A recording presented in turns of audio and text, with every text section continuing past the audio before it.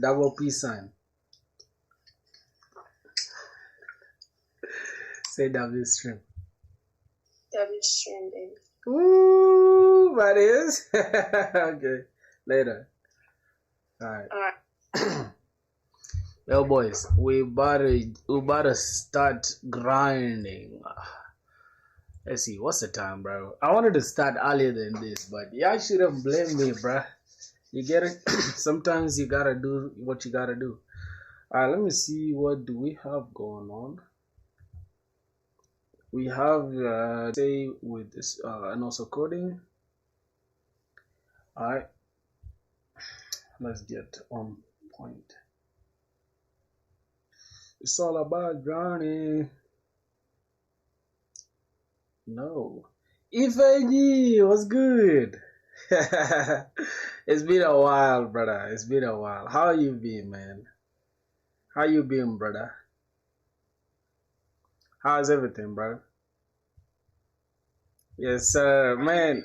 Hold on. We grinding, bro. You know. Hold on. Cannot do it. Yep.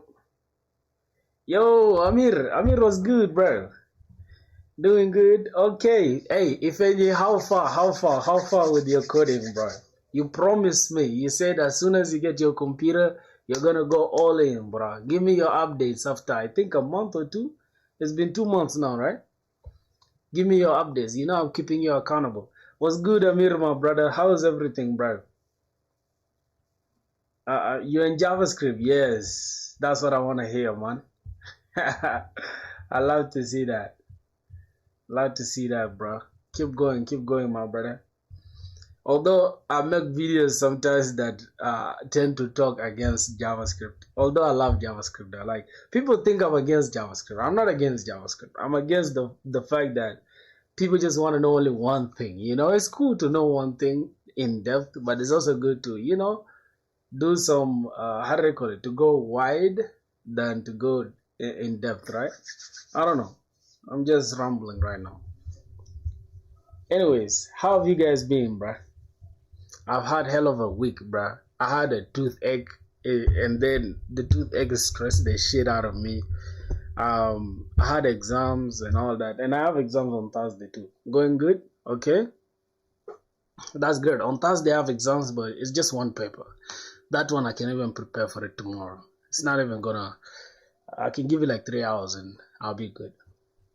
So yeah, that's the stuff. Today we're on Tucson. I think we've solved the contains duplicate and valid anagrams yesterday, right? Yeah, we're going to Python, Java, and C#. Yo, what? How many languages do you want to know, man? That's a lot of languages. It's a lot of languages, Brusky. Yeah, so let's see what we can cook up today. I want to know what you guys are working on, though. Amir, what are you doing? What are you working on? I've been seeing your stuff. I don't know, for some reason I cannot see your YouTube channel. Which one is the one, your actual YouTube channel for content? Because I've been seeing your Instagram. Your Instagram is clean. I've been seeing your stories and stuff. And what are you working on currently? How about you, Ifeanyi? Like, are you building projects or just still doing basics and stuff? All right, let's look at a Tucson problem. Oh God, I have solved this problem. Did I? Wait, oh, I used the knife approach. Okay, not bad, not bad. That shows that I'll be grinding sometimes. Yeah, but I wanna look at my lead code stuff for a sec. Let me look at let me just open lead code here. You know, Amir Dev Studio. Okay, let me first look it up. You know the reason why I've now switched to like starting with, hold on, to now starting with DSA is because I have like in January, right? In January, I want to start doing interviews, bro. So I don't want to start doing prep later on. I just want to start doing it now, so later I can be secure. All right, let me look up Amir what? Amir Dev Studio. as one word, right? Oh, this is the one. Oh, I'm subscribed to, but I don't, for some reason, I don't find it at all. Like, I don't find it at all. You're doing React Native. Let me first hear. Do you talk? Do you talk in these videos?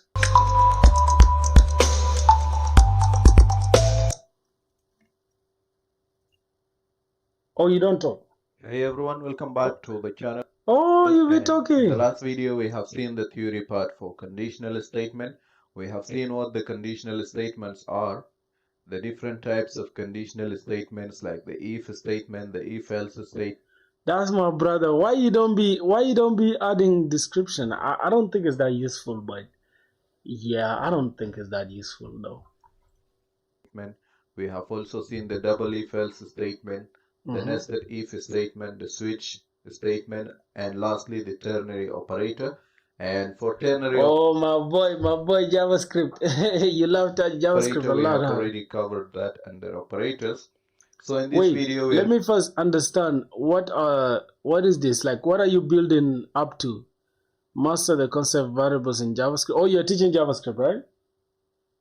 Build a personal portfolio landing page, a simple restaurant menu page. Share it with me, man. Share it with me, bro. I don't care how small it is. Just share it with me. You see Amir, right? My idea is like this. My idea is like this, right? Just excuse me, okay? Bro, who the hell is that? Yo, what's the problem, bro? This person. Oh yeah, thank you.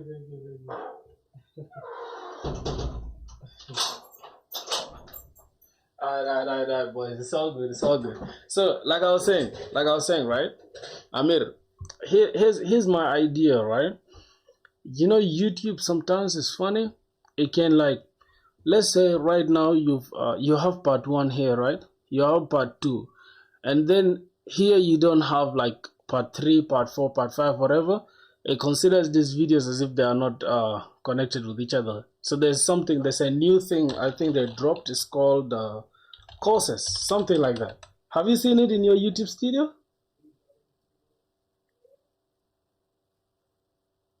You should. I feel like you should try to. You do it like this, right? Try to put a face to it, right?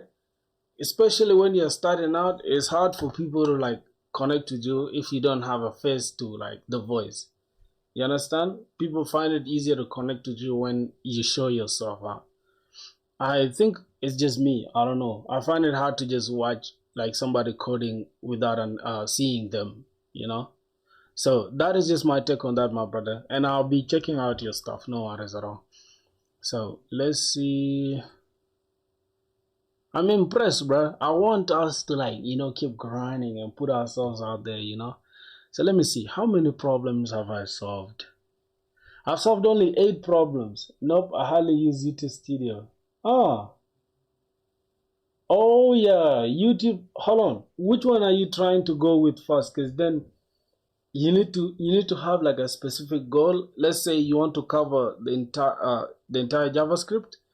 It's cool, like the normal JavaScript, and then once you're done with it, like from from the variables, the fundamentals, up to when you go to like ES6 and all those asynchronous stuff, all that async await and goddamn promises. Then once you're done with that, then you can switch to something else. I think it's easier for people to connect to you like that. Oh, my tech is like this, right? Try to like record them all at once and then post it as like a whole like 10-hour, 5-hour, whatever duration it is. People love to watch things that are like, people love to binge watch content, So yeah, try to do that. I think that would do it for you. So that's just it, my brother. At the end of the day, it's always good to go live too. Like live streams are cool to interact with viewers and people. So yeah, that's just it. Let me look at Oh, for React Native. Okay, okay. So you can make a video of, like, let's say 6-hour video covering everything. Although there are different videos, right? You can just make them look like, hey guys, so after you finish this part, so the next part we shall do this. The next part we shall do this, and then combine them all in one place. Almost like that compilation thing. You just post them all at once. Say the title can just be like all the React Native, all the normal JavaScript that you need, all the JavaScript that you need before React Native, something like that. I think that's better. Yeah, I think that's better. And you can leave the ones that are already there though. Do not delete them at all. Just leave them the way they are, and then just do that stuff like that. So that is just it, my boy. Let's look at the lead code problem. Okay, we have a two-sum problem. And this two-sum problem is not that hard, and it's not that easy at the same time. So the concept of this this problem is that, let me first open this calendar. Now we need okay, so let's say we have what's the name, given an array of integers nums and an integer target. So we have an integer array, or an array of integers like 2, 7, 11, 15, and then the target is 9. So let's try to see if we turn this into a text. So let's have something like 2, 7, 11, and 15. Then the target is 9, right? Now we can separate this like this. Oh my goodness. Okay, I think this is okay like this, right? We can have something like this. And now our target, the target value is what? It's 9, right? So now the essence of the question is that we need to find out two numbers. As you can see, return the indices of the two numbers such that they add up to a target, right?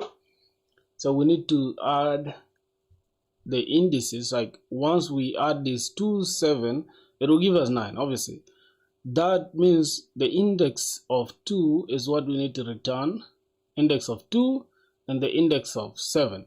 Now if we separate these ones into indices, you'll notice that 2 is index 1, and index 0, and 7 is index 1. So we return 0 and 1.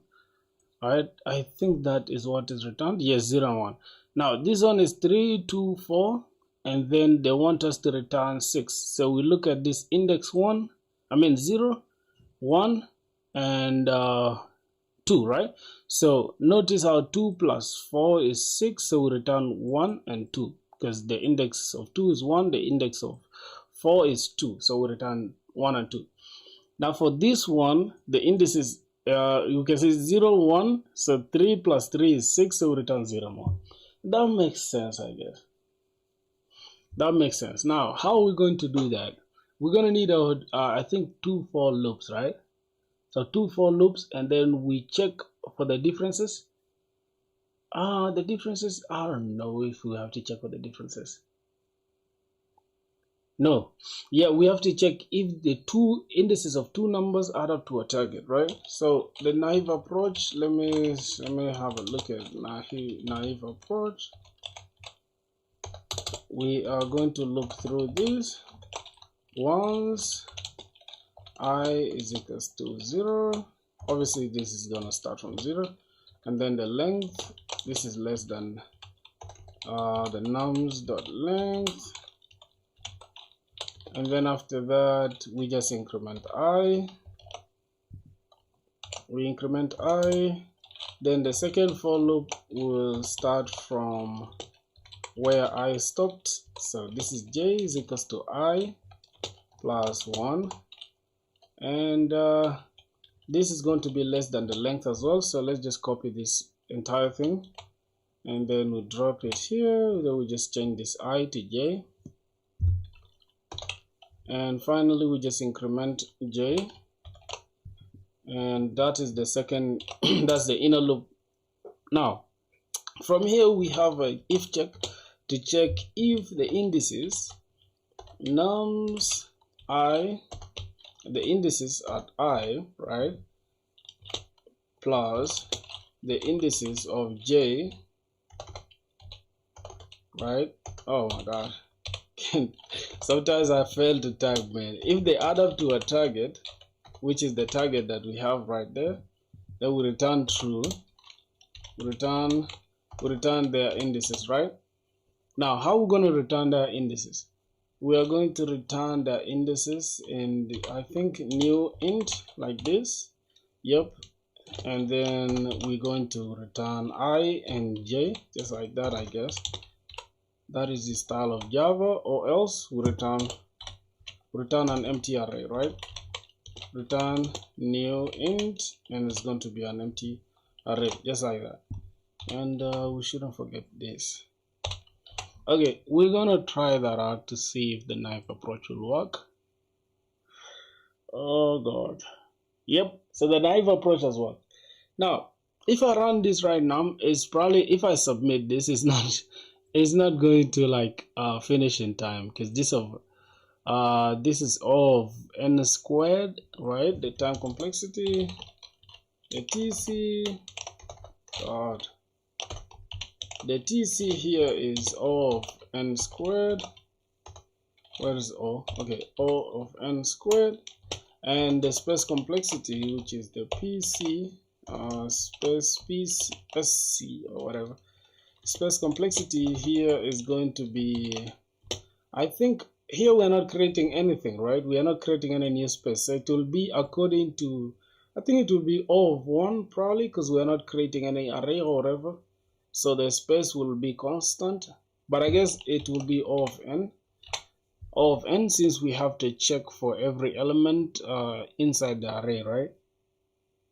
So I think it will be, the space will be O of n. I'm not sure for this time complexity thing, right? So let me try to research this time and space complexity for this stuff. I'm just gonna open the code.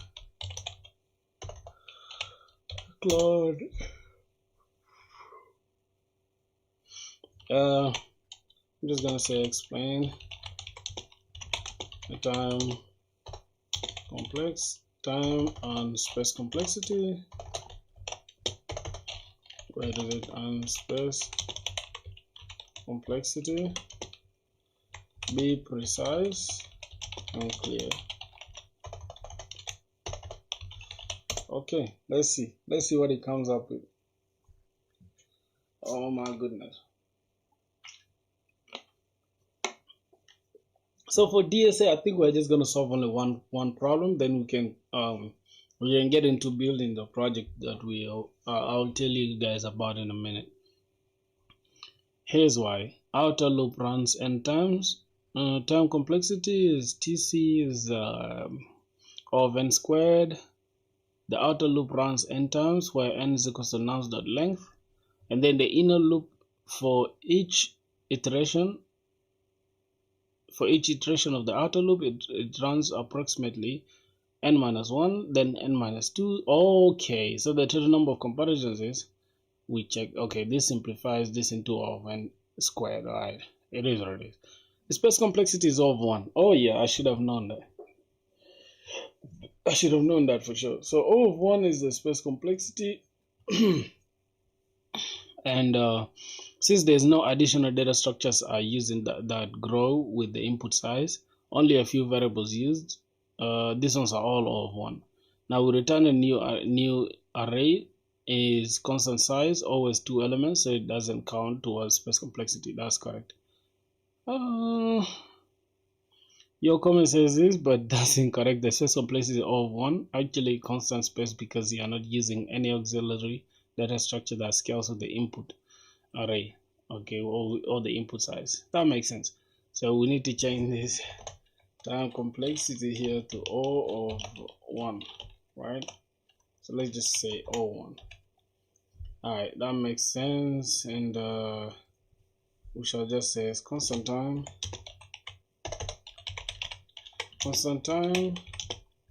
since we're not using any data structure, any data structure that grows with the input size, with the input size, with the input size. So this is cool for like for yourself. Oh my god. Oh god. Okay, that's cool for yourself, right? But then we need to think about the optimal approach now. So we all know that of recent we'll be doing everything in like how do I call it? We'll be doing everything with hash map, right? So we need to go ahead and create a hash map. Let me first see. So we need to go and create a hash map. Oh god. So I am just always going to do this, right? So that I don't have to rewrite everything again later if I want to come back and read it. So this is okay like that. Now the next thing is we're gonna need, first we need to check, right? If, let me see, assume that each input would have exactly one solution and you may not use the same element twice. You can return the answer in any order. Okay, only one valid answer exists. Can you come up with an algorithm that is less than O of n times squared? Oh, so actually if I send this, it was going to work. Now I need to come up with something that is in O, that is less than O of n times squared. O of n squared times complexity. So let's try to use a hash map. First we need to create a hash map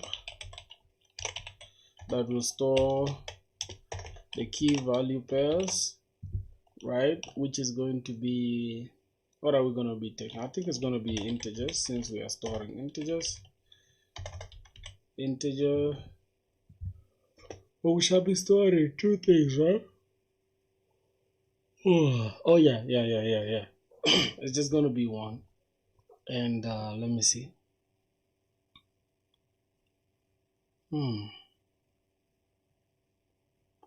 Let's just see. Map is equals to new hash map,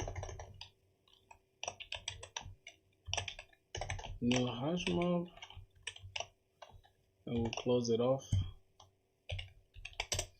Alright, but now here let's try to get one for loop going. So for int I is equals to 0, so we increment I every time. I mean nums.length. My brain is rushing faster than I can comprehend. Length, then we just increment I every time. And now for here, we need to keep track of the difference, right? We need to keep track of the difference. So we can create an integer called difference is equals to what? Oh god, target. Yep. We actually subtraction from the target. That's something I was doing here inside here. So we subtract 9 minus let's pick one number from here, because then if we can, let's say if we say t is made up of t is made up of nums I plus nums bro, excuse my typing, bro. I mean my writing or handwriting is so trash. So this is what is making up t. Now let's try to make let's try to create a difference here. So in order to create a difference here, we can make one of these things the subject. No, if we create a difference, that means the difference, in order for us to achieve t, we need to subtract t minus, in order to achieve difference, we need to subtract t minus, we need to remove the nums I from, yep, I think that should do it, right? This is the formula we need to achieve the difference. So the difference is what we shall store, and then after that we can see we have a hash map, and then the hash map is stored in key value pairs, which is like, for example, here, let's say we have 2, we have 7, we have 11 and 15, something like that. And then this is like our key value pairs. This is the key, what's the key? The key value? No, I think the key is always index, right? Value or key or whatever, but let's just call it key value pairs. So key value pairs. Now this is index 1, I mean index 1, index 0, index 1, 2, 3. So in order to achieve this target, which is t, we gotta check through all these elements. 2 and 7, does 2 exist in our hash map? First we check 2 here. Okay, does it exist in our hash map? No. Let's add it, and then we store its value, which is 0, right? Its index rather, something like that. And then we go to the next element, which will be 7. Now 7, here we say 9 minus 2 is 7. Then we check, do we have 2 in our hash map? If yes, then we don't add it again. Now we'll go to 7. Okay, we have a difference of 7 here. That means 7 is the answer. If we add it here, it will be 7 with index of 1, right? Damn, my neck hurts. So what do we have here? We've already gotten the answer, right? Or just from here we can say 9 minus 7 is 9 minus 2 is 7. So which other number do we add to 7 to achieve 9? Is 2. So we return these ones, right? So let's go back to our solution. Let's try to see target minus nums in position I. Oh my god. Okay, after that we check our if statements, and then we say, hey, map dot contains, if our map contains, right, if our map contains the difference, then go ahead and return. It can return true. That means we found that number that we're looking for, or else we add that number to the map, right? So we can have map dot put, then we go ahead and put that yep, we put that difference. Wait, yeah, we put the difference and the index, right? That is, I don't know if that is correct though. We add it to the map, right? We first check, does our map contains the difference? If yes, then return true. That means that is the number that we can add up to the, we can subtract from each other to get the target.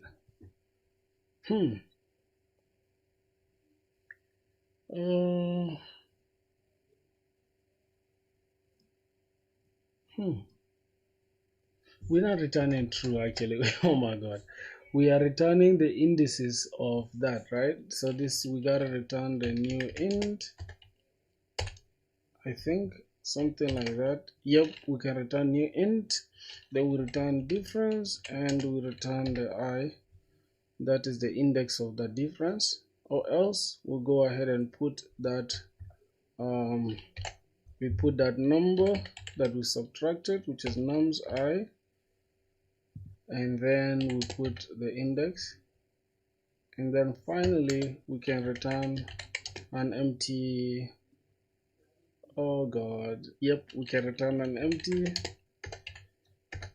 We can return an empty array if that is not true.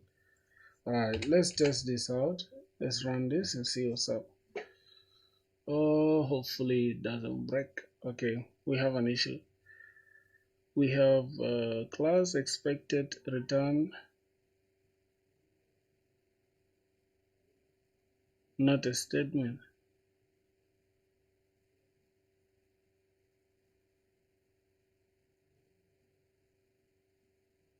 Oh my god, my bad. We're supposed to have map.get. No, not map.get. Hold on. Map.get, and then we add in that. Okay, something like that. Hopefully that is going to do it. I think that should do it.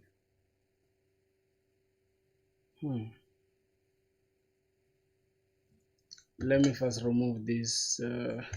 Let's first try this.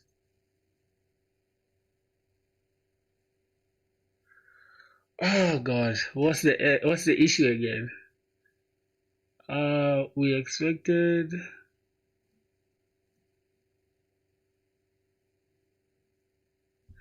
Why am I have? Oh, okay. That is it. Let's first see. What is that? Oh, we are putting this return type outside.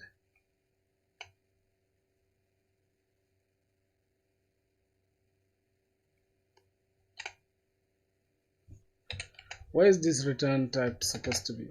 We are returning. Yep, we are returning return new. I think from here we can return int and then let's see.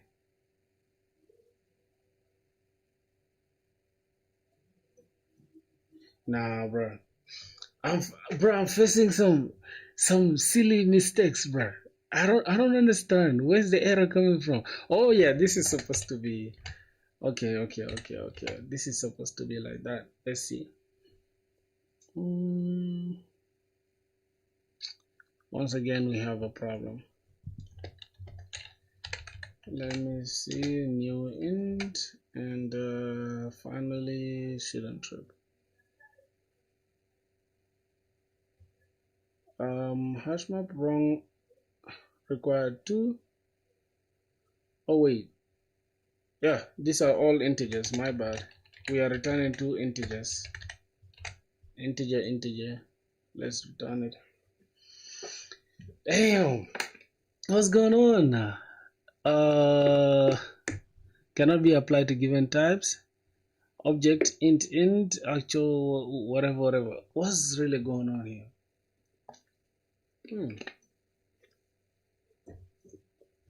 The difference thing is supposed to be an object, right? Alright, let's try to send it again.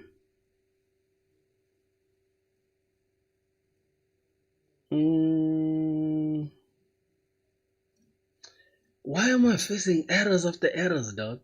So map.get, it takes what? Let me first understand.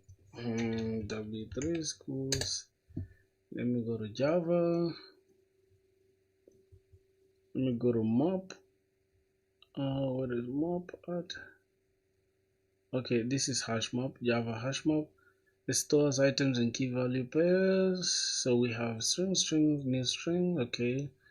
Then after that, we put elements like this. And then element.get. This is how we use .get, right? You put the type. You use .get and refer to its key. So we refer to the key of that.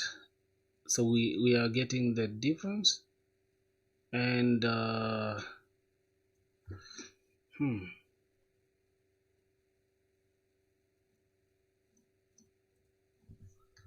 okay, let's try to do it like this. Oh god. So we have this element like this, but we need an object, right? Let me think. Something small is an issue here. Map dot contains key contains if it contains the difference, then return map dot get.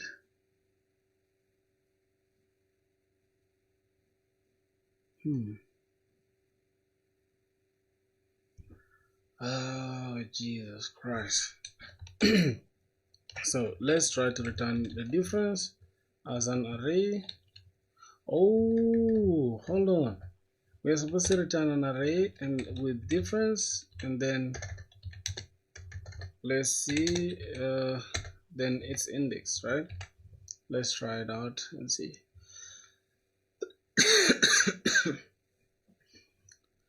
Bruh, what's going on, bruh? Nah, let me just ask AI, bruh. This is too much. What's the issue with my code?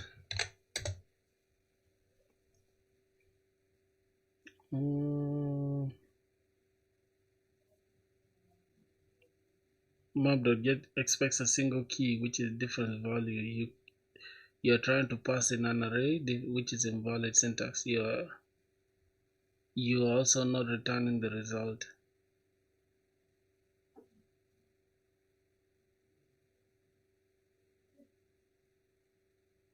Okay, so difference and oh, fine.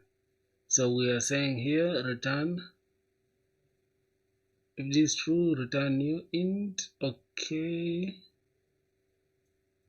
and then oh, we need to return the indices, just like we did in the first place here. Like we literally did the return thing. We literally did the return here. We did the return. We said if these values add up to a target, go ahead and return it here, and we are not returning it now. So this is almost the same thing as what we said here. If these two numbers add up to a target, and there's the same thing here. It means if this map contains a difference, that means the difference is already is almost like you're adding the target, right? So the difference here, difference is equals to the target minus the nums I. But if you want to make target the subject, then it will be target is equals to difference plus nums I.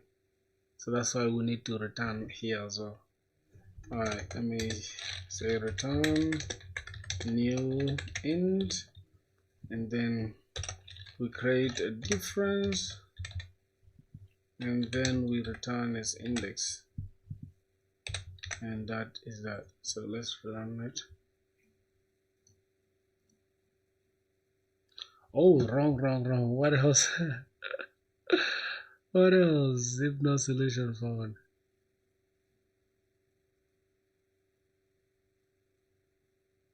Wait, what am I facing again? That's the issue. Map.get. Wait, what did I do?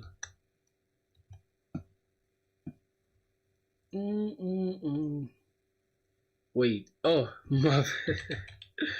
Okay.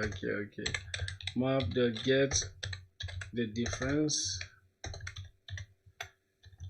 That means return the two numbers that add up to the target, and that should do it. Ah man, I don't think God. So what I'm gonna do, I'm going to remove it and just do it again, like, cause I know I have understood it, but let me first make sure I have it in my brain, right? So here we're gonna take in two integers, integer,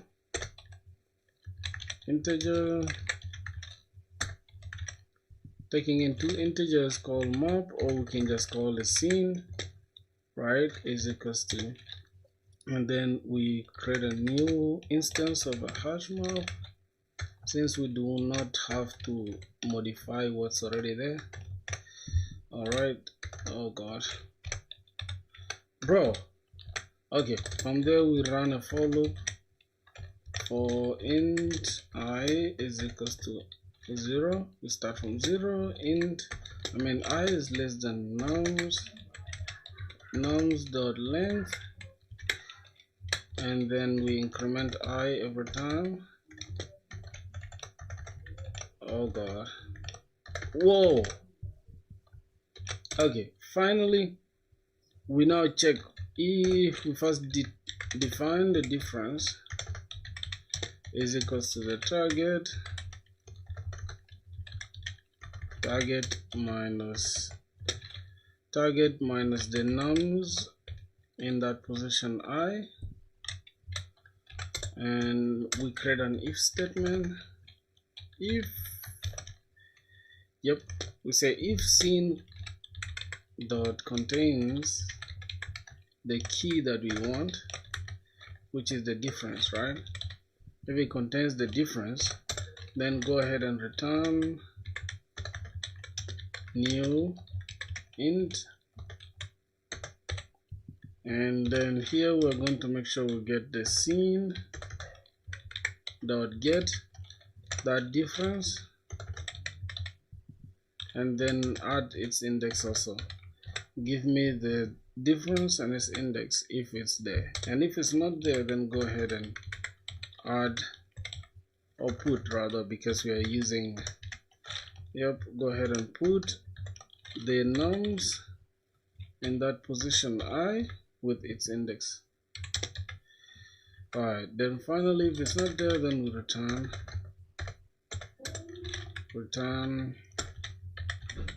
new int to make sure it's an empty array, and then that should do it. Let's run it. Oh my goodness. Okay, I should stop forgetting that. Oh yeah, so all the test cases are passed. Let's go ahead and submit it, and then we call it a day with that. We call it with what? With lead code today, right? Because so tomorrow we are going to now start doing medium, my boys. Tomorrow we shall try our first medium problem. Okay, now we can go to Spring Boot and see what we have on the table for us today. So that should do it. Just gonna close off this, close off the whiteboard, close off this, close off that. Then we open what we got on the table, which is what? Spring Boot. Okay, I gotta check out, just give me a sec. Let me check out what we got going on. Okay, what do we have on our, what do we have here? Not okay. Pagination sorting, that is okay. Yesterday we built this task manager. I don't think we finished it yesterday. Yo, what's good, bro? AJ Maladi, was good, my brother. How are you doing, man? How's life? So where is it at? Okay, let me open this. So we built a task manager yesterday, but we didn't finish it. We just pushed it. We just pushed the code to GitHub, and we didn't test it if all the endpoints are working as expected. Right? So I'm gonna go ahead and let's first check Docker PS. Okay, there's nothing running right now. I know. Let's open Docker. What's good, my brother? How you doing, man? How's life? We just chilling, man. We coding, we vibing, having fun.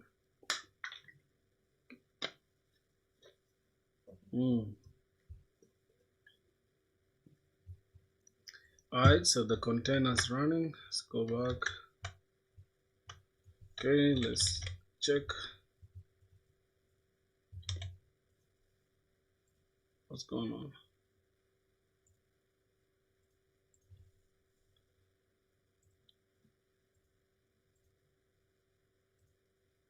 Bro, what's the issue?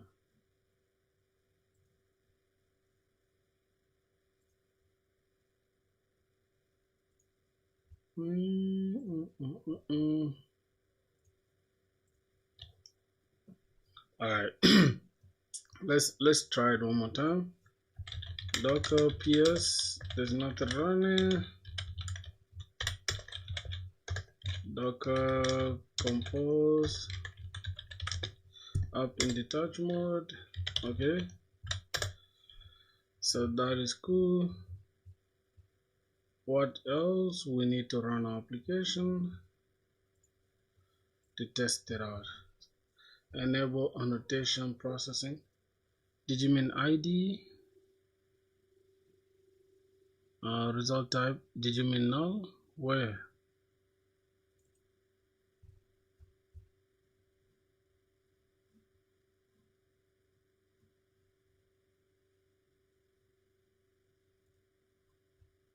What's going on? Whoa. Let me first do this. Unknown property ID in result type long.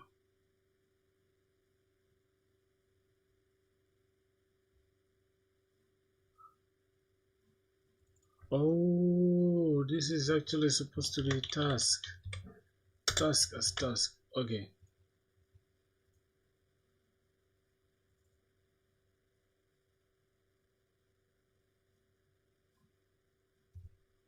What's happening here?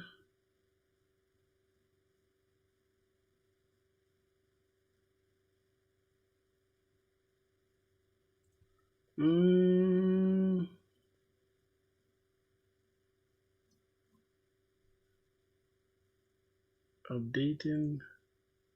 There shouldn't be an issue. This is updating with the ID. So the controller should, let's check the controller for updating. Path variable ID.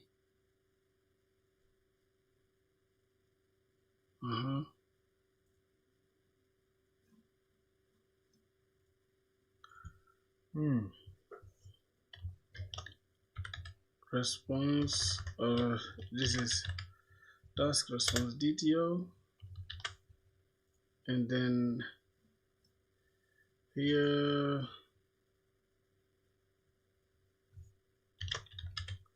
task as task. Oh god.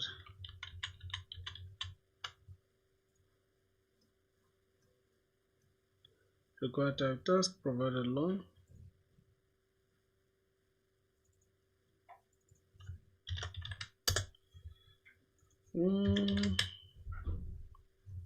Then task. Okay.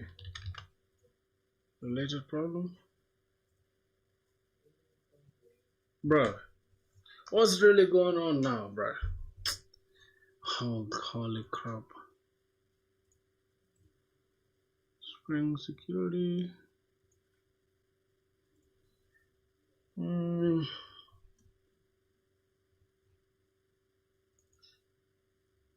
Let's see.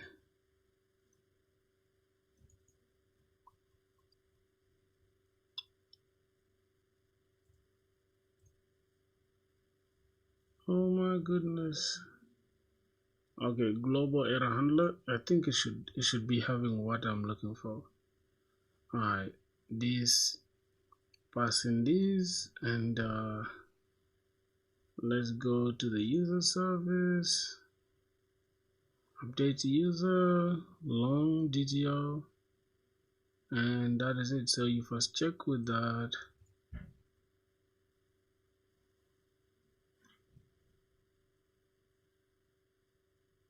User mapper.update. Isn't it what we're doing? Oh yeah, this is not supposed to be task. Oh my god, this is supposed to be the task mapper. Wait, task service. Let me check the service if it's okay.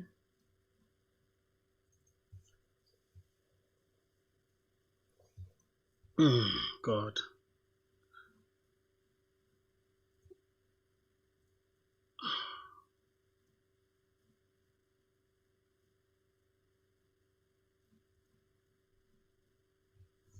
We are passing in the long as well. Long ID.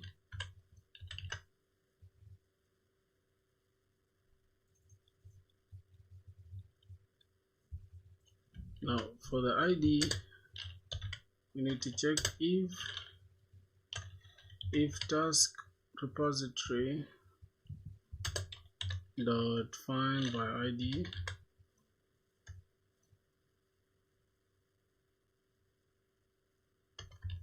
okay, so exists by ID. If that is true, pass in the ID as ID, or else let me just go and create this as a boolean.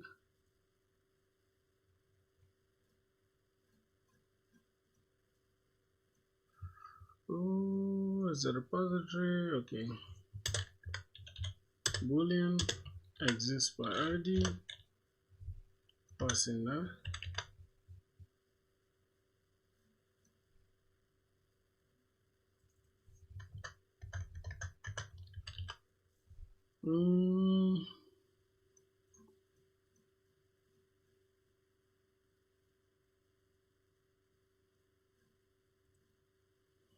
Okay, this is optional.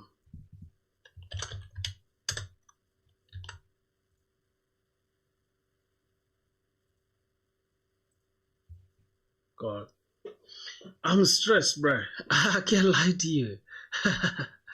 What the hell am I doing, bruh? Seems like I'm confusing myself more.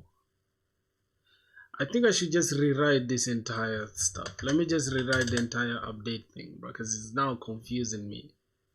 You feel me? I'm just going to rewrite it again. So, yes, here, public, I'm just going to return void. And this is updating task.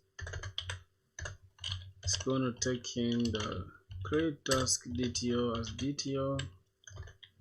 And it's going to take long ID. What is this? Import static constant? It's not a static constant, brother. Oh yeah, this is another parameter. Okay. Let me just come here and create that endpoint.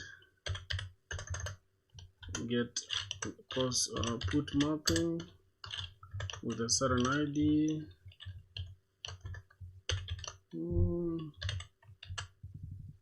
Okay. Now we're going to have public response entity. It's going to take in void.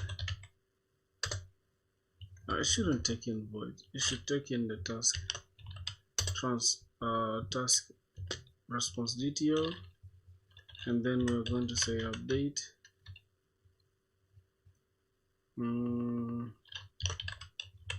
Update task is going to first take in valid. We need to validate variable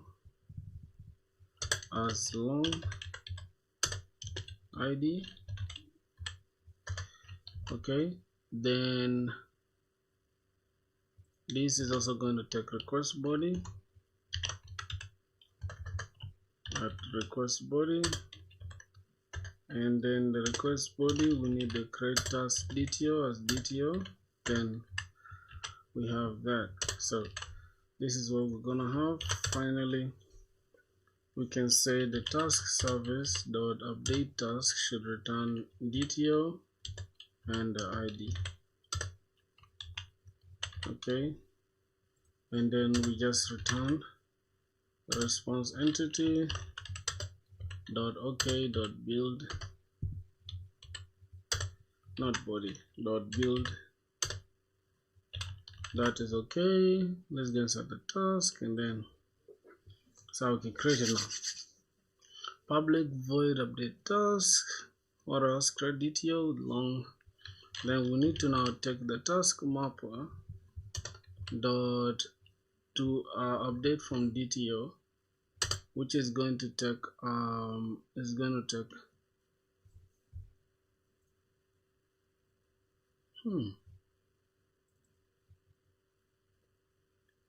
Okay, for this one is different. Here we need to include the task as well.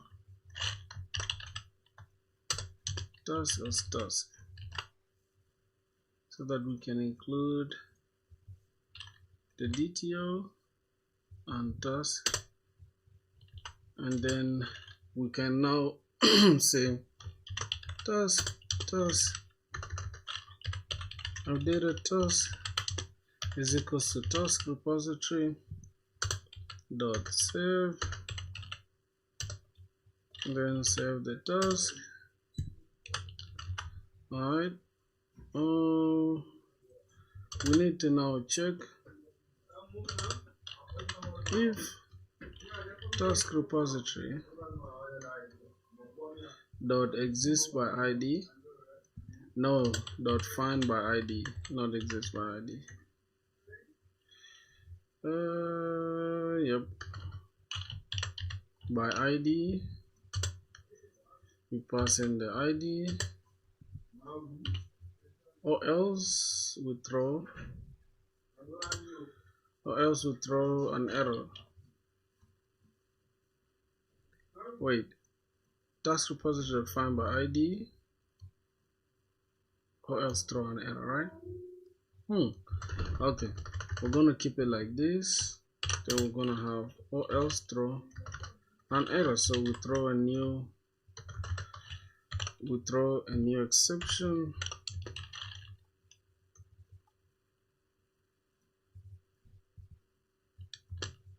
New,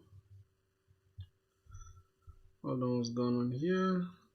Boolean provided this, so we need to go ahead and create it inside here,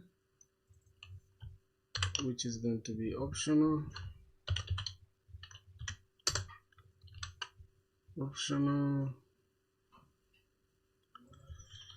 Find by ID.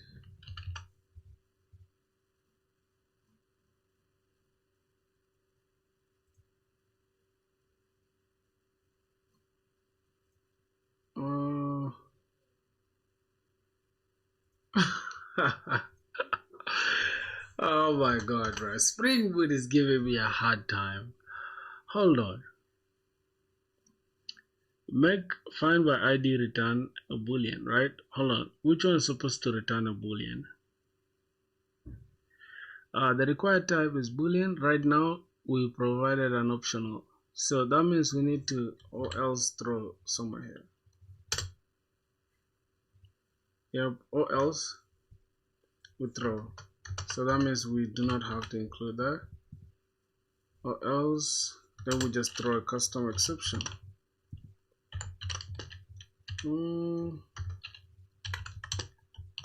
How are we gonna throw that exception? I have no idea. We cannot throw a new exception like this. New, let's say resource not found. My goodness, what's that? No, this is not supposed to include this, bro.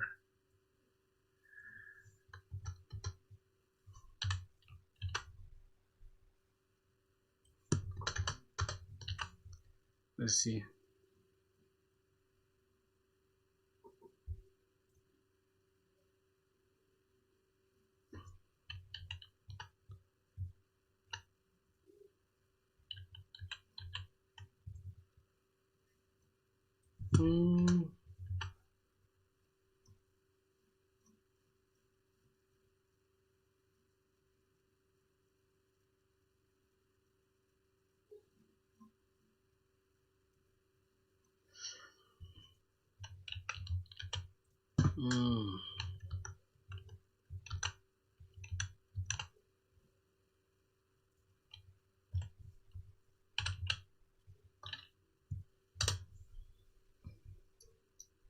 Oh my god.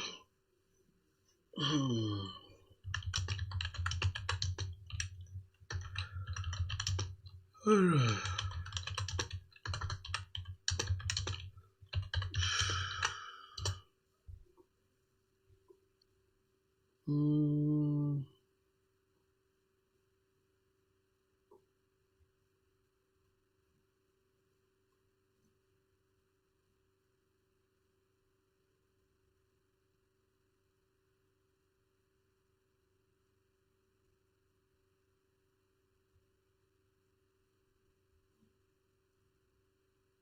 Oh, it's just like this. Not inside a if statement. Oh, I also throw that. And then, how about the task? Where is this task coming from? This task is this task that we get. Okay. God. Spring Boot is out for the week, bruh. So we need to first create a new instance of that. Okay. New instance of that task repository dot find by ID. Then we pass in the ID, or else we throw.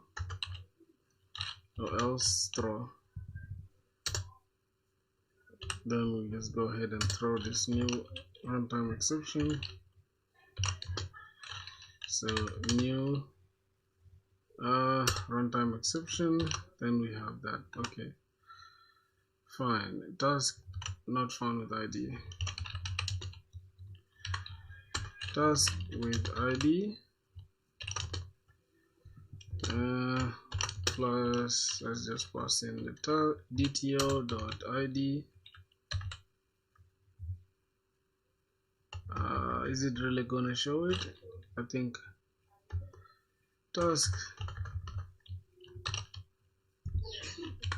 not found with ID. Pass in the ID. Okay. Wait a minute. I will remove this. Okay. What's going on here? Or else throw is redundant.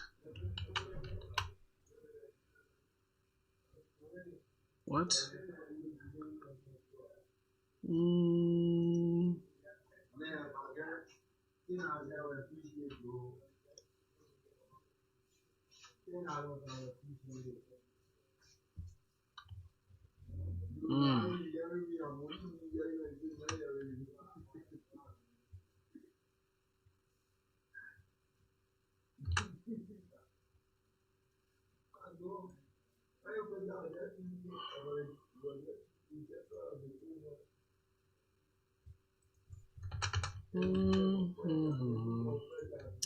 Damn. Okay. Now here we just return. Since we are not returning anything, let's return the task response detail. Then we have returned the task mapper dot to response detail. Then we just pass in the updated task. Okay. Oh my goodness. My value is never used. Let's go back here.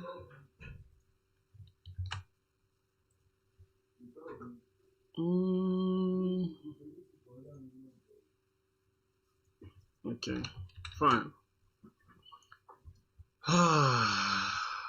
Bro, what in the hell did I forget this entire stuff, bro? What's going on with me? Just one day of not coding in Spring Boot, I think 3 days, and that means I've forgotten everything like that. Good. Let's go ahead and check. But is there any problem? No. Let's check Docker. Yes. Okay, it's running. Okay, let's now test the endpoints. We have these as tasks. Let's run this. Okay, we have that. Let's just go ahead and run this using Postman or Requestly.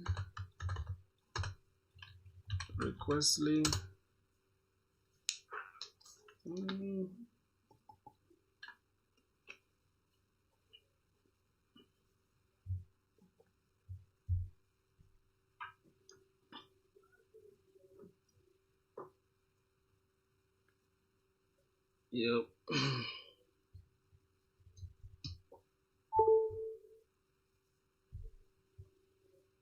Let's go to network. Okay, this requires, yes, it requires update or whatever. It is what it is. Let's use Postman.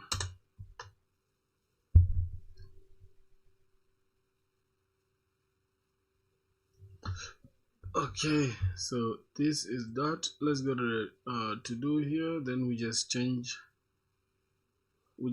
this to task. I think the name is filter task. Oh, we could leave this the way it was as to do. Just leave it the way it was. Then we just duplicate this entire thing, and this is going to be the task filter task. Alright, now here get to do, we change it to get tasks. Here get task by ID,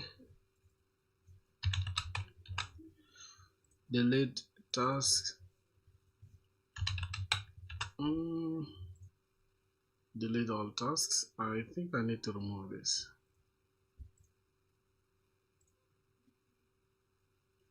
Update to do, update task, then create task, then health route. Let's just remove it. Care about the health route. Alright, let's get all tasks.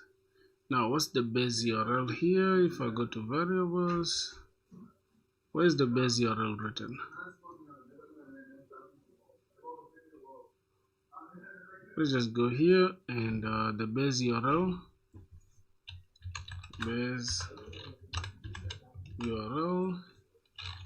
is http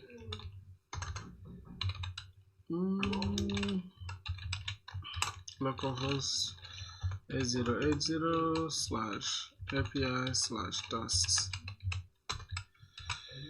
Okay, that is the base URL. Now let's see here. Okay, let's send. Yep, is returning 200. Let's create task.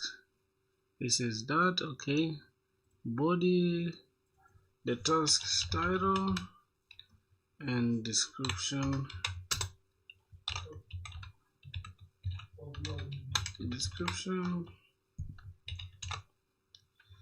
Here let's try to not pass anything. Handling is working properly. You can see validation failed. In the title we have API, the path is API/tasks, and is 400 validation error, bad request. Okay, let's go and create again. This time let's just put 1 and then let's see. Oh, failed. Okay, the same thing. Let's put 2. Let's add. Now if we check our Spring Boot, you see we have, let me see,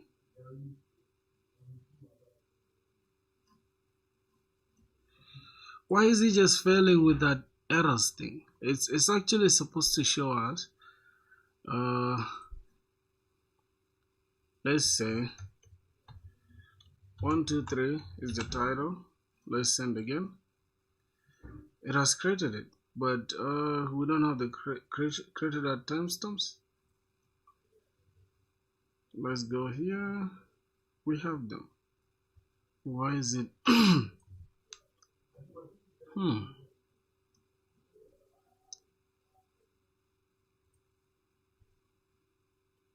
Let's rewrite this. Created at, oh, this is supposed to be local date time, not local date. Okay, my bad. Local date time. I think that is that. If we go back to the API response, okay, local date time. Let's go to our mapper. Created that. Okay, so that should do it. Let's just bring down this docker compose down. Okay, docker compose up in detach mode.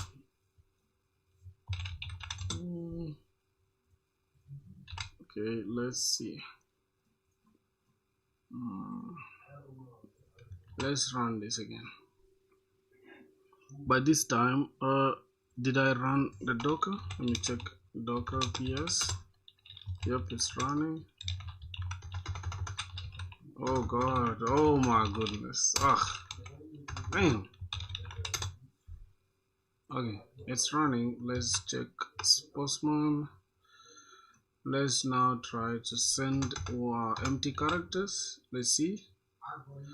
It should tell us that, hey, not this validation failed or whatever. It should tell us what's wrong. It should show us that title or whatever is the issue, right? So if we can go and check our error handling. Let me check the created. So the response, I don't know if this should. I don't think.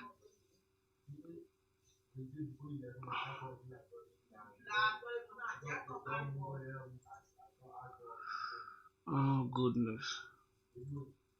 So this is what's going in our database. It shouldn't be blank, and then minimum characters. Okay. That's what I'm doing, right? How am I handling this error? Let me go to global error handling, see what's going on. So for bad requests, this is for validation errors, right? Oh yeah, I think it works now though, because it's supposed to send us this in this body, right? It should show us the message, the request path, the status code, and the timestamp of the error, which is validation failed, and it should be okay in the title. It shouldn't just be validation failed. I don't know. It should show us it's exactly what's happening, what's wrong. Okay, validation failed. Let's try it one more time. 1 2 3. That will work. Okay, the description is optional. Then we have the timestamps. Now if we go ahead and get all tasks, alright, it's returning the paginated format. That is good. Let me create another one. Let me say coding and coding in Java. Coding in Java. Let's create that. Now let's get all tasks to see what's going on. Okay, we're returning 2, but alright, let me create another task. Let me 1 2 3 4 5 6 7 8. I think there are 10 now. Let me just go ahead and get all of them. We have 10.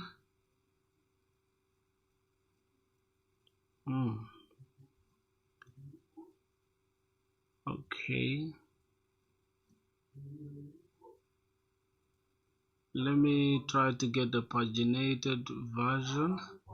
Let me say the query params is I want to return value. Here's gonna be page.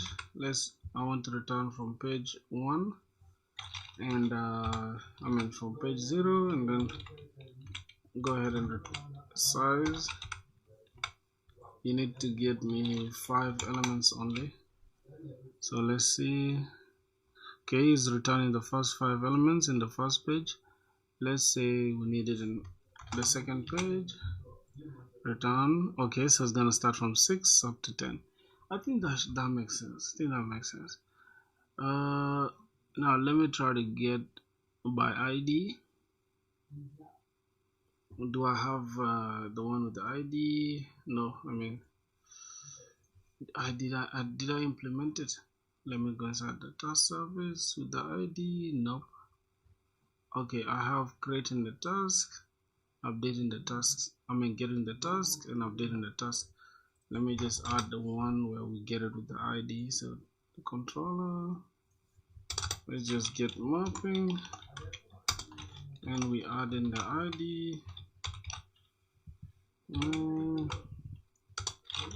public in a response entity return for me the task response DTO, then get task by ID, and I need to get this from the path variable, the ID, which is long, and the ID, then we say task response DTO as response is equals to the task service dot get task by ID. We just grab this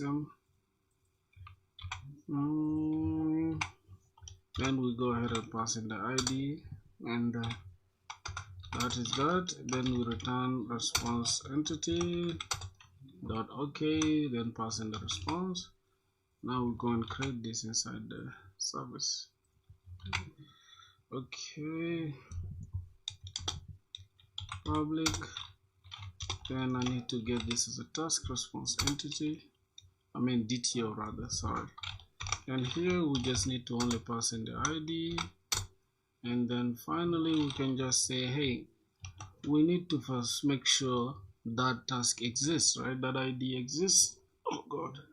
So let's just go and create an instance of the task is equals to task repository dot find by ID, and then if that ID exists, or if that doesn't exist, then we throw an exception.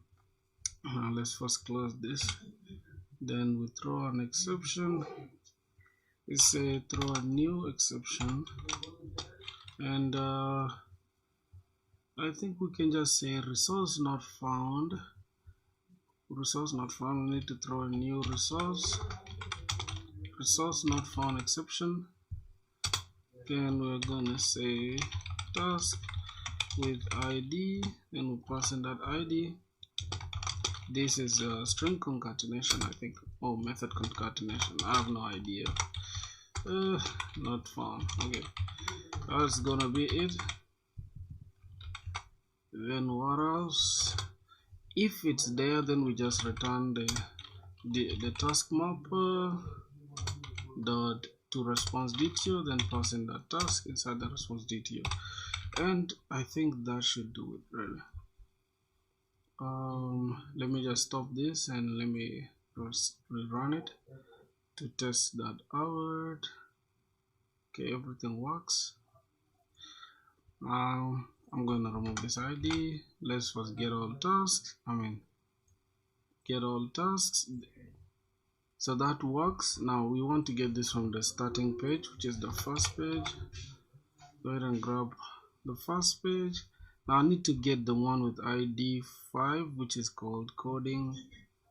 I need to get only one. Let me just get the one with the ID 5, and here I'm just gonna place 5 here. Now it's not going to help. I think I can just call this ID, and then this ID is going to be 5. So value is 5. Then let's run. Yep, now we're getting this one alone. That means that works. Let's send this. Let's remove all the paginations, and let's get okay, that is that without pagination, and then this is it with the pagination. Now do we have sorting? I think let me try to say sort. By default it's sorting by ascending order, right? Let me try to say, by default I think it's sorting by descending, but let's say okay, the sorting is not working. I don't know why. Ascending, is it? I think it's descending like this. That's the opposite. There's no property descending for type task. This is internal server error. That means our stuff is catching the errors that we needed to catch. Now let's run again. Good, that works. Now we can just delete. Let's try to delete the 5th one. Let's try to delete the 5th task. Okay, no content, and then if we go ahead and look for it, we shall not find it. Task with ID not found. Wow, So our error handling is working like crazy. As you guys can see, we are returning 404, and the same applies here. We are also doing the 404 inside the global exception handler. Now, there's a problem for sure. Bad request is for validation errors. That is correct. But why is bad request? Wait, let me try to create a bad request, right? In the validation, let me try to create something. Let me make sure I violate the rules that we place for our validation here.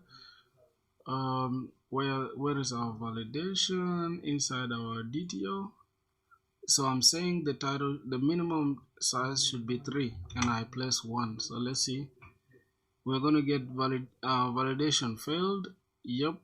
So title, in the title, that's where we're having the issue. In the title, that's where we're having the issue, and it's 400 bad requests. As you can see, the status is the same as what we have here, right? So that means our error handling is working properly. So deleting here, let's try to grab that same task. You'll see task with ID 5 not found. Interesting. And it's showing us where the path is /API/task/5. That's why we're having issues, and it's 404 not found.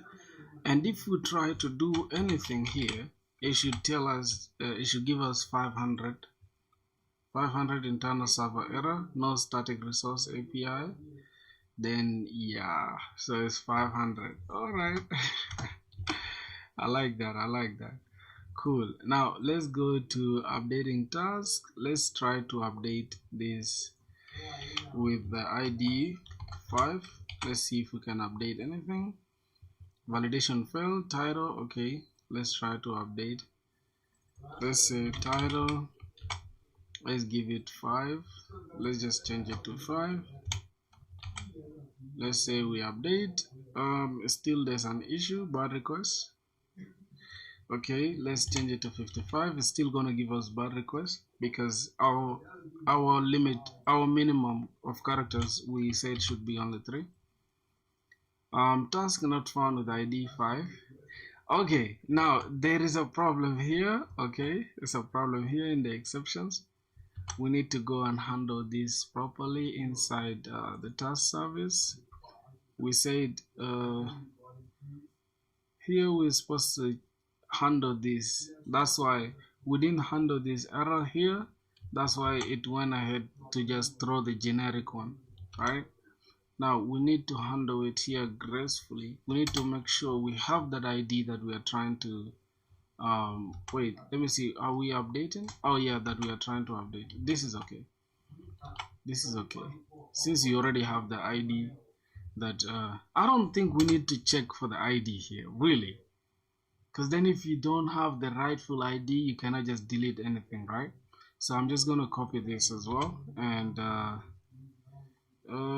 let me just see. Yep. We are returning void though, so we don't care. We don't really care if you don't have the ID. If you want to delete something, you'll delete it, and then it's returning void, which is no content, right? If we can go to our, let me go to the controller. It's returning no content, which is what we want, right? But that's okay. The issue is in the updating. So let's go to update. This is the update.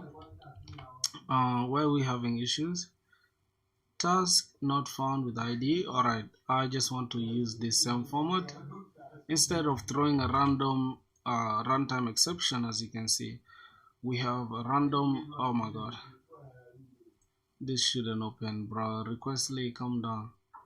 Okay, you can see here we are throwing a generic exception, 500, even when the issue is not 500, right? The error is not 500, and we are throwing 500. So we need to handle that exception gracefully. That means we have to replace this same thing with what we just got from there. Resource not found. And then what's happening here? What am I missing? task find by ID throw. Okay, I need to actually throw a new. Let me remove this and just put this lambda thing. Okay, that should handle it gracefully. If I go now and I think we need to restart the server.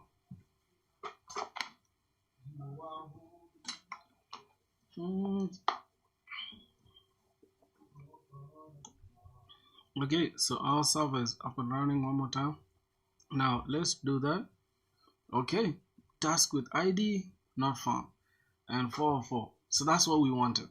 We wanted a 404 not found. We didn't want any generic exception.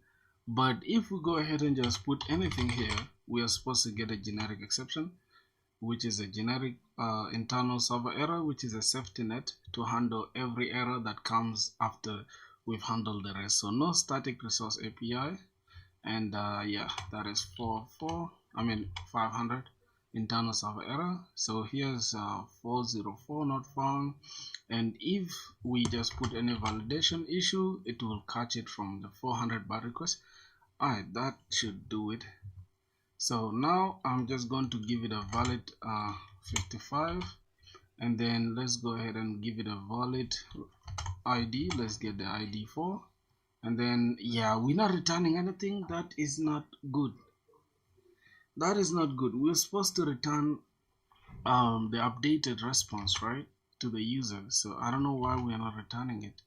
Instead of void, we're supposed to return something. Task void. Let's go back to the controller and see return response of body. Okay.build. No, not really. We need to we need to get let me see, we need to return the response detail. We need to change this into a response is equals to that, and then we need to return this dot okay dot body not build dot body, then we pass in the response. And what's going on here? Okay, the required type is response detail, and we are returning void. So let's go back to the service. We'll make sure we return the task response detail, and we can finally, we have task dot this to response detail. I don't know what's going on here. How can we fix this? Missing return statement. We are not supposed to return null, bruh. We're supposed to return. Yep, return that. Okay, that is okay. Now let's have it one more time, and then let's do that.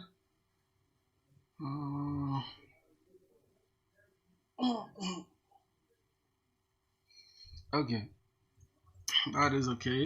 That is too okay. Let's go back now, and let's try to update this with like 50. Let's change it to 444. Let's send. Boom, and we're getting the response, and the description is null. If I get all tasks, we should find 4 is now null, right? Because we didn't add the description.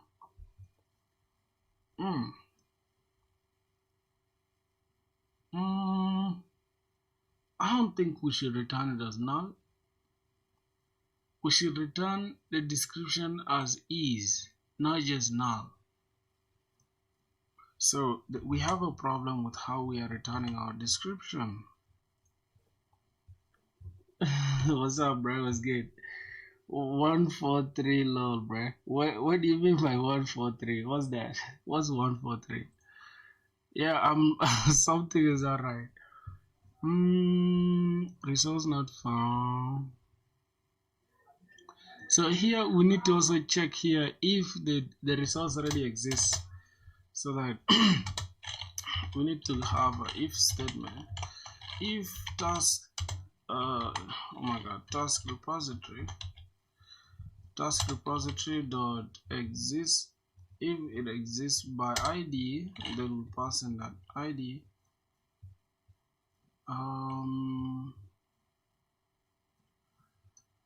dto.id.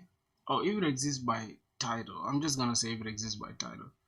So if it exists by title, oh, by task, I think. If it exists by title, right?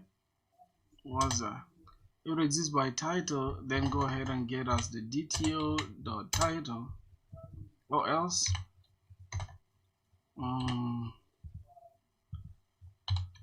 hold on, let me go back and see what's going on here. You method in get all tasks. What's up with get all tasks? Exists by title, it should be an optional. Okay, let's see. Or else, what's going on?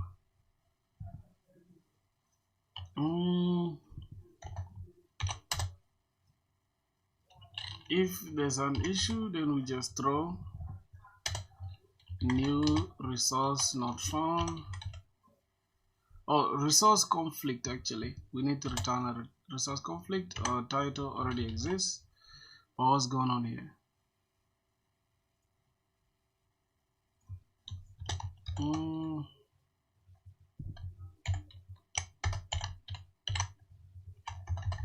Bro, what's going on here, man?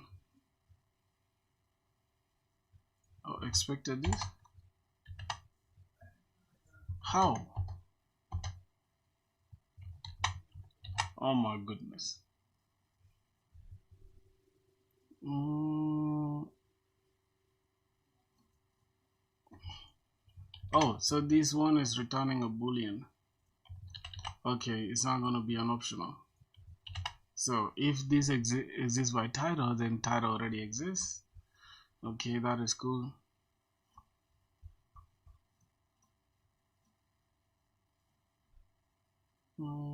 This is DTO title.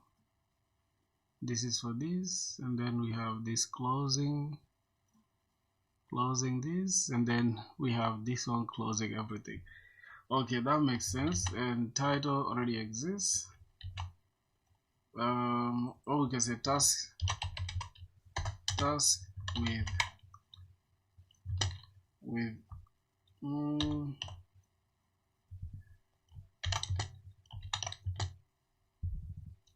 with dto.title already exists, right? Task with title already exists. I think that should do it. What else? What other problem do we have? But there was so many issues with this. So let me see. Okay, we have an issue where we are returning the entire, that means inside this task mapper, we need to ignore the description as well.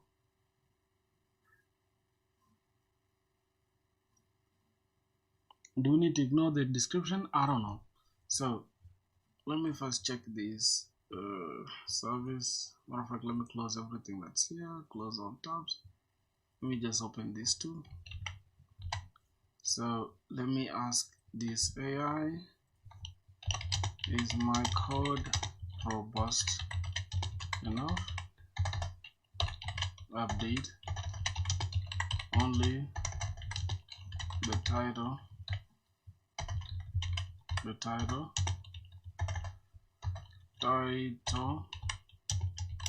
even if description is not given since it's optional.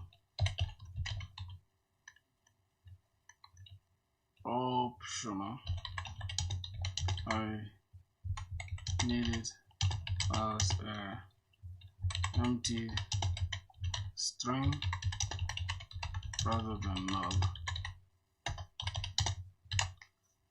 Alright, that should do it. What else? Let me see the controller, what we are returning. Make sure we're returning what we need. Let's pass the response detail, and let's go ahead and pass in the task mapper. No, the creating detail. I think creating detail has nothing to do with what we need. It's okay. We can just create. Where's the task mapper? This is the task mapper. Okay, let's see how it handles it.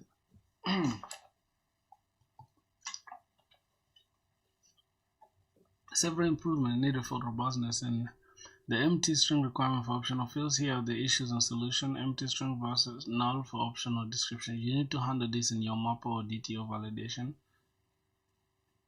Task exists before deleting. When updating, you should verify the new title doesn't conflict with the other task. Missing the create task DTO. I need to see your DTO to provide completion. Okay, so let me pass the DTO that is creating the task so that you can understand what it needs. What else? I think we need to also pass in this repository. Next we need to pass in, oh no, this is okay, but let's just pass it in for, you know, safety purposes. What else? Because I like when AI is auditing me, right? When AI tells me where I'm having issues or errors or whatever. That's how I'm teaching myself Spring Boot, by the way. But this is like this is day 50 of coding in Java with Spring Boot as well. Yeah, so that is that. Let me see. Okay, everything seems okay. Security config is okay. The task controller, the global error handler, exception handler. We have the resource conflicts. They are all okay. Task mapper. Alright, I already sent this.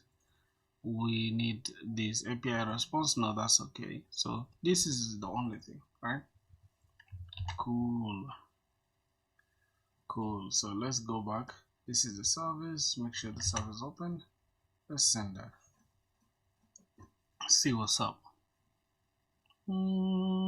Perfect. Now I can provide you with a complete robust solution. What's this? This is a canonical constructor to ensure description is never null. Oh, so we should do it inside the record. That is interesting. I've never used anything inside the.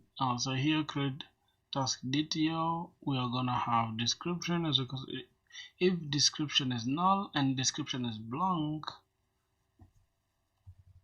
Oh, what's that?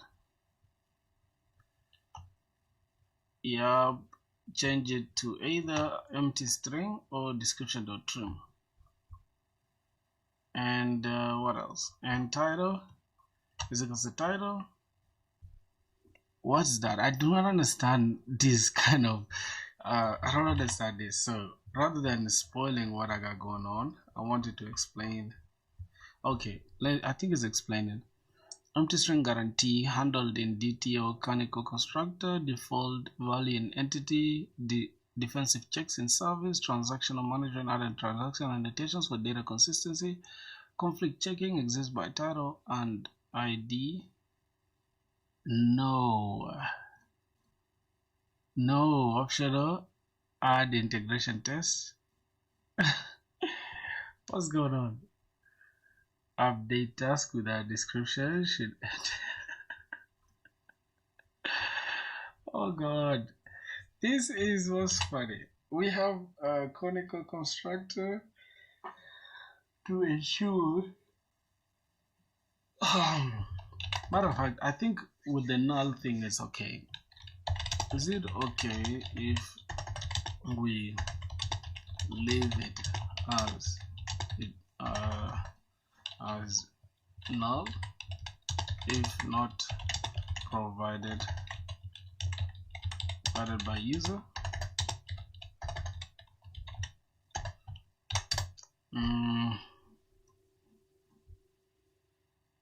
Yes, absolutely. It's actually perfectly fine and often prefer to leave it as null if not provided by the user. Here's why. Null versus empty string. Best practices. Null is better when represents not provided or unknown clearly. So if there is space, null versus empty string storage. Okay, makes queries faster where description is null and where description is empty string. Makes sense. Makes sense. So we can just leave it as is, man. More semantic distinguishes between no value and empty value.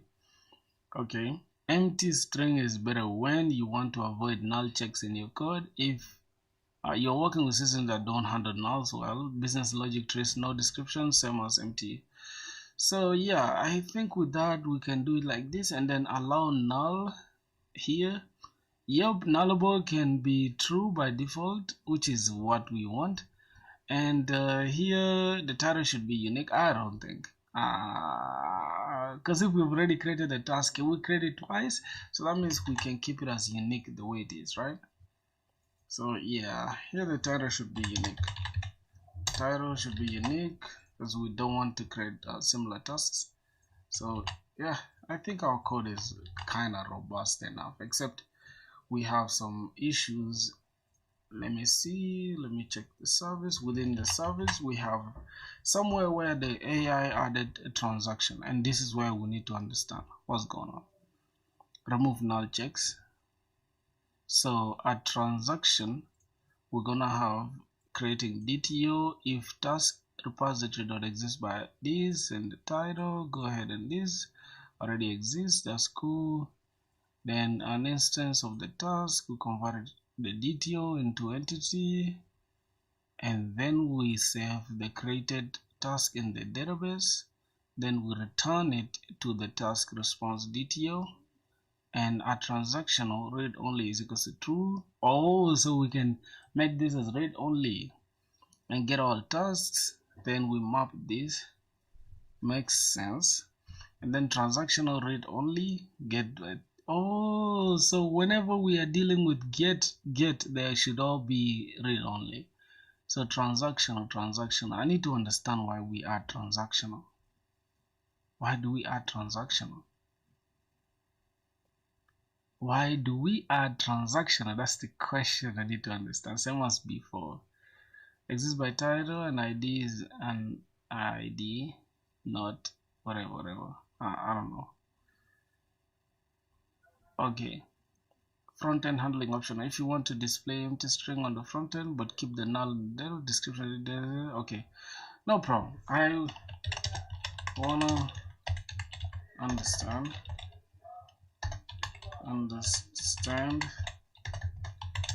why we use transaction.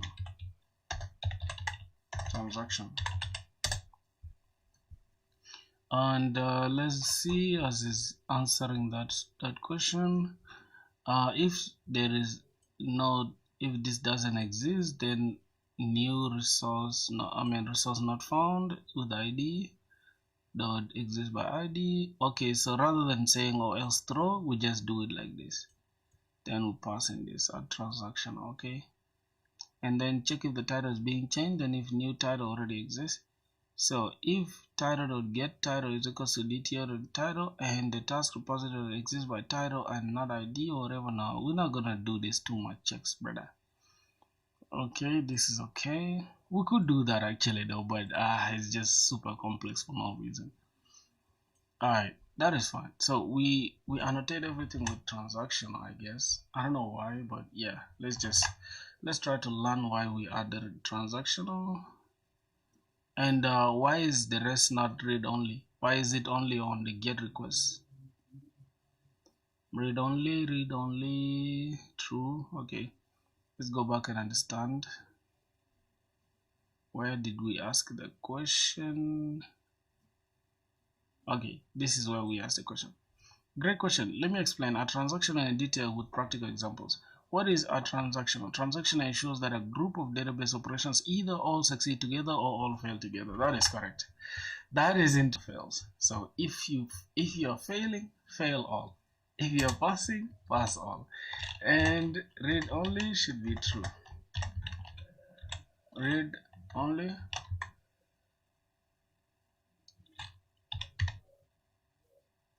Wait.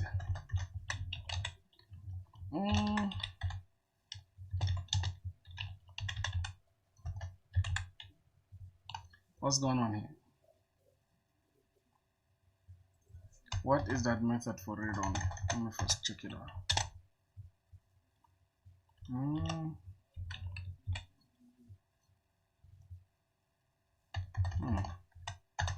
Why is read only here having true and I can see it for some reason? That's it. Read only is equals to true. Then where do we write there? Okay, not bad. A transaction, okay, that's okay. If they all fail, then they fail together. It's about data consistency and integrity. ACID properties, transactional guarantees, atomicity. That's an atom, right? Atomicity. Okay, all or nothing. All like atomic bomb, right? It either destroys everything or none at all. Consistency, data stays valid. Okay, the validation is kept. Isolation, operations don't interfere with each other. Durability, changes are permanent once committed. That is okay. How it works: start transaction, do database operations. If all succeed, commit, save changes. If all fails, roll back and do everything. End the transaction. Okay. Why use a transaction in your code? This is DB writing. That's okay. Why we need it: if save fails halfway, everything rolls back. Prevents partial corrupted data in the database. Locks the row being created to prevent conflicts. Makes sense. So if it's saved, then something else throws an exception, then this will be pending and then throws an exception. That is not good. Okay, update task write operation at that is okay. Also, this is a write operation. We are writing into the database. Multiple database operations: find by ID, exist by title, this save. If the title save, the title check passes but save fails, rollback, prevents inconsistency. Alright, I think I understand now, but how about the read only thing? Performance optimization. Okay, let me first understand. Do not use transaction for any method that writes to the database. We use any method that writes to the database. Create, update, delete. Use read only is true for pure read operations. Get, list, search, better performance and safety. Now, why is it not appearing, right? Read only is equals to true. Now, for some reason, we don't have that method. We need to create a dot interface.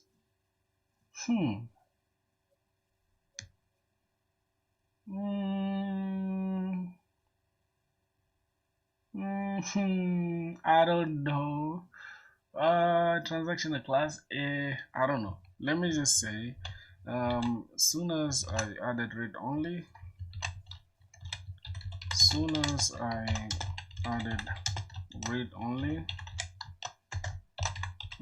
it prompted me to update the transactional transactional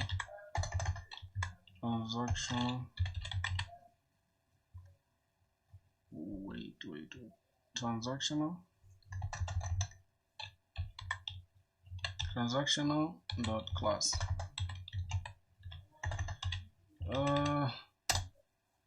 I don't know if that should be an issue.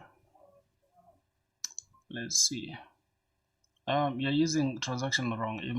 You imported this wrong, so we're supposed to get the one from the annotation. Alright, that's true. Which transaction do I have? Okay, I have the one from Jakarta. It shouldn't be that one. It should be the one that comes from the Spring annotation itself. Okay, so the one from the Spring annotation contains the read only aspect. Okay, so here we also annotate this with the transactional from the Spring, and then we can have the read only, which is true. Alright, makes sense. And then for updating, need to just make sure I change this into transactional. It shouldn't be read only. and also this transactional shouldn't be read only, and finally creating when we are writing into the database it should be that. Okay, that is okay. So let's rewrite this again one more time.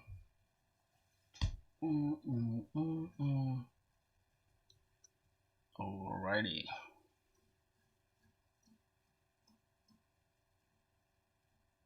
Let's go back. Let's test it out. Let's get all those. Okay. Now I'm going to let's go back to Spring Boot. I'm just gonna bring down this Docker Docker compose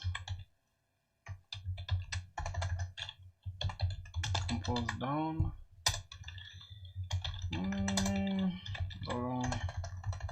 Then Docker compose up in detach mode. Run this application one more time.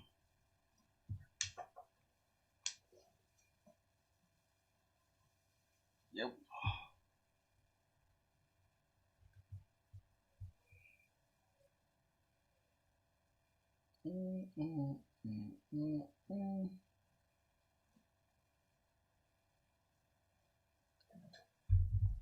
Yo, so that should do it.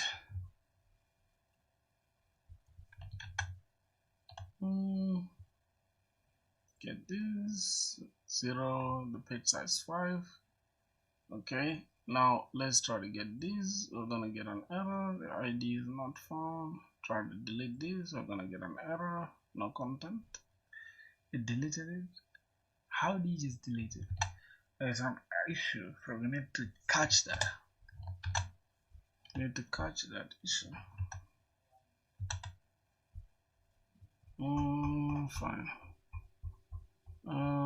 Let's go back to this last layer here.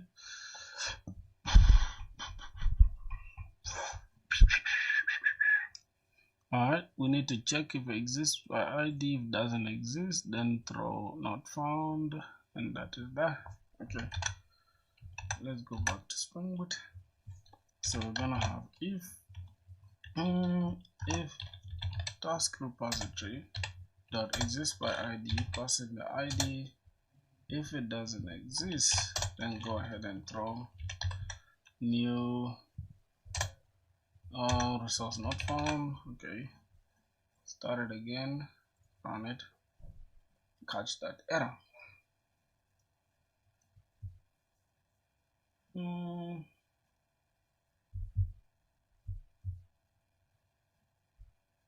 Okay, let's go ahead and try to see. Let's now test this. We're gonna get an error. Yes, task not found. Good. How about this? Let's try to update the ID, but I mean, let's change the ID to something which doesn't exist, like 5. Yep, task not found. And yeah, finally we can create the first task. The title, okay, we need to give it a long, it's gonna say coding, then the description is coding in Java, create it, and then we can collect all tasks. Okay, then getting task by ID, let's pass in that one. Alright, and delete task, let's pass in 1. Deleted, no content. Let's try to update the 1, and we're gonna find an issue. Let's that is it now. I think that is basically it for the entire application that we're building, the task manager. The only thing left now for this task manager thing, we are only left with let me check my Notion doc.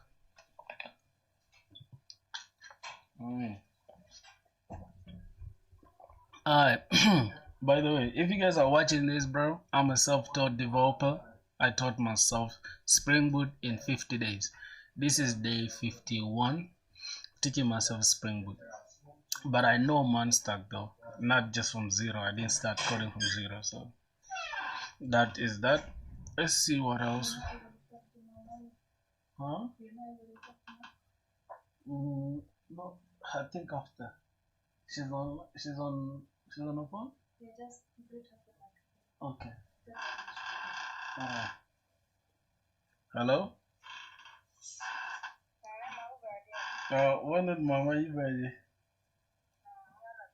Ah. Take a shit. Yeah, take a shit. Catch the catch was.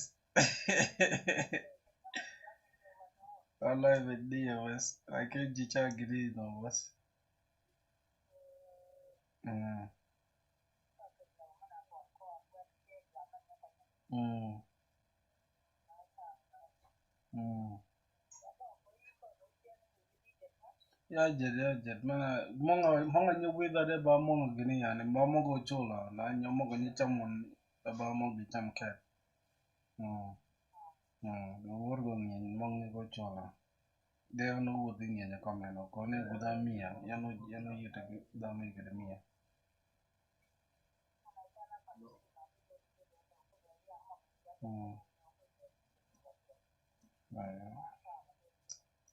Yes, no.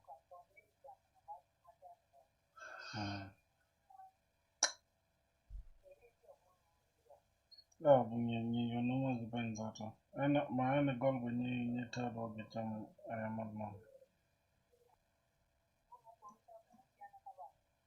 One child walk out there, my Kalongas bungo, we're gonna find a make in my you know the others come out like in gas bungo.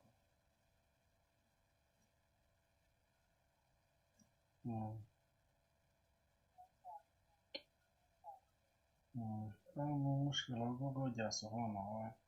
Your link and I go over to be the Kuja long body.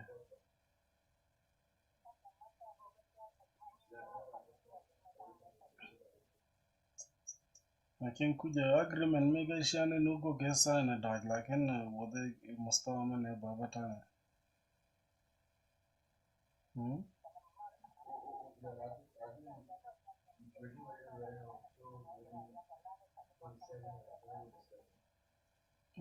Yeah, gonna come out back and gonna agreement make a Kenya jal challenge and no boge. Eba, hey.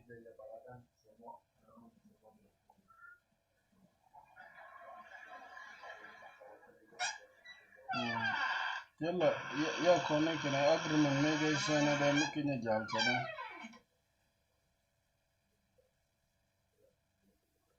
Bro, whenever I talk, then you charge them two buses I can sell them.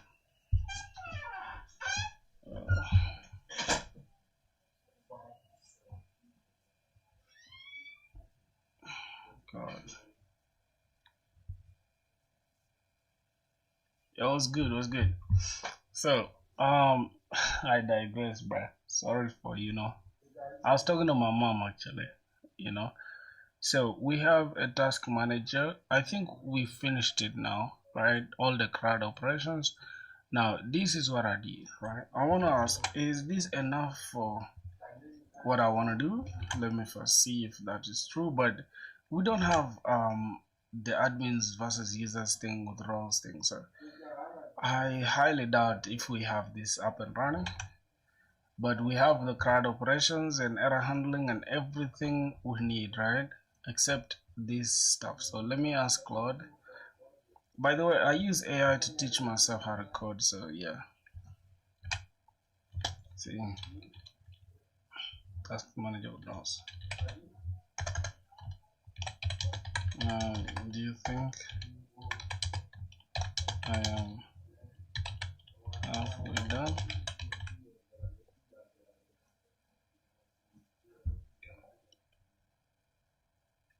Hello? Yo, boys, I think I'll have to end the stream, okay? I'll talk to you guys tomorrow, bro. Tomorrow's stream. I got some family stuff going on now.